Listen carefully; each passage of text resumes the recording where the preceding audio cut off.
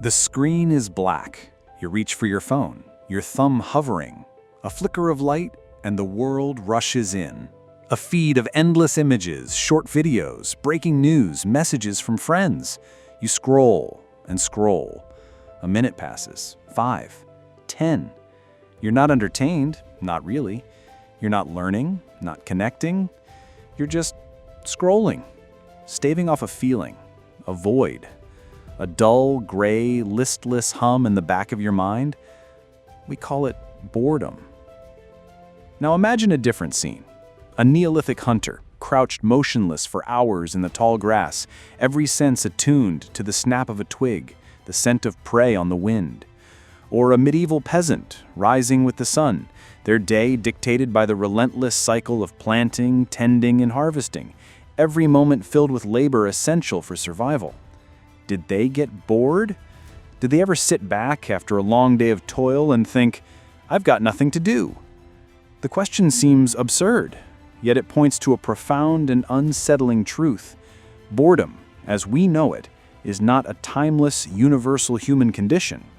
It is an invention, a ghost that only began to haunt us when we created the very thing we thought we wanted most: empty time. This is the hidden history of boredom, the story of how humanity, in its quest for progress and leisure, learned to be idle, and in doing so, unleashed a uniquely modern demon. For most of our species' existence, life was a relentless negotiation with the present moment. For our hunter-gatherer ancestors, there was no downtime in the modern sense. Every waking moment was imbued with purpose, whether it was finding food, tending to the fire, crafting tools, or observing the environment for threats and opportunities. The mind was not a vacant space waiting to be filled. It was a highly tuned instrument of survival. Even moments of rest were not idleness, but physical recovery, a necessary recharging for the next challenge. The mental landscape was too crowded with immediate concerns, hunger, cold, predators, to allow for the quiet, existential ache of ennui. As we settled into agricultural societies, the rhythm of life changed, but it did not slow down. The calendar was not a grid of free weekends. It was a sacred cycle of seasons.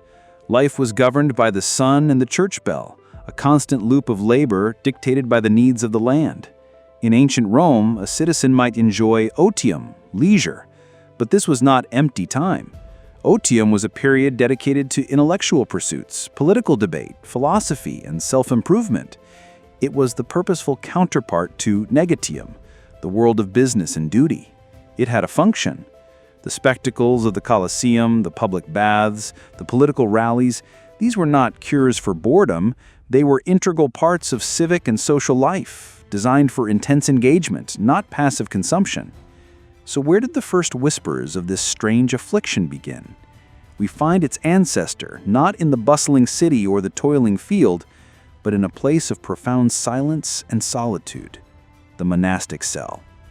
Early Christian desert monks, in their quest for spiritual purity, described a condition they called acedia, often translated as sloth. Acedia was far more than mere laziness. It was a spiritual listlessness, a profound apathy, a state of being unable to feel joy or connection to God. It was the noonday demon that would visit a monk in the middle of a long, silent day, filling him with a sense of weariness, disgust with his surroundings, and a desperate craving for distraction. This wasn't boredom as we know it.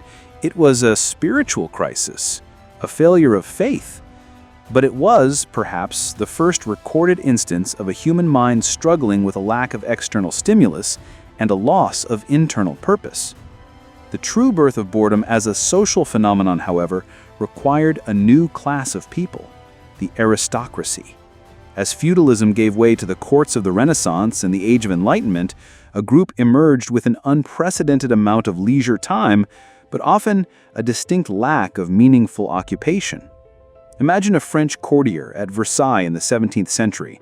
They are surrounded by opulence, by intricate rituals, by constant social maneuvering.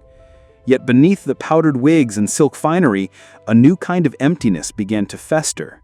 Their lives were a performance, a series of prescribed actions without genuine substance. It was during this period that the word boredom itself first slithered into the English language. Thinkers like Blaise Pascal keenly observed this new human condition, writing, "All of humanity's problems stem from man's inability to sit quietly in a room alone." For the idle rich, boredom became a mark of sophisticated sensitivity, a sign that one was too refined for the crude entertainments of the world. It was a kind of fashionable melancholy, but it was also a genuine affliction, a gnawing sense of purposelessness that could not be filled by lavish balls or endless gossip. Boredom had been born, but it was still a luxury good, an ailment of the privileged few. The great plot twist, the event that democratized boredom and unleashed it upon the masses, was the Industrial Revolution. This was the moment boredom went from being a private, aristocratic malady to a widespread public condition. Imagine the transition. A farmer's work is varied, dictated by the seasons, connected to the earth. A factory worker's job is monotonous, relentless, dictated by the tyranny of the clock. Standing at a loom for 12 hours a day, performing the same simple, repetitive action thousands of times, this was a new kind of human experience. The body was engaged, but the mind was simultaneously trapped and set free. It was free to wander, to despair, to feel the crushing weight of each identical passing minute. This was not the spiritual crisis of Acadia, nor the sophisticated ennui of the courtier. This was the raw, grinding boredom of alienated labor. Crucially, the Industrial Revolution also invented a new concept that would forever change our relationship with time: the weekend. For the first time, large segments of the population had legally mandated distinct blocks of leisure time. But this leisure was not the purposeful otium of the Romans. It was a void, an empty space created as a direct counterpart to the drudgery of work. And nature abhors a vacuum. An entire industry, the entertainment industry, rose up to fill this new emptiness. Music halls, professional sports, amusement parks, cheap novels, and eventually the cinema. These were not just new forms of fun, they were a social solution to the new problem of mass boredom.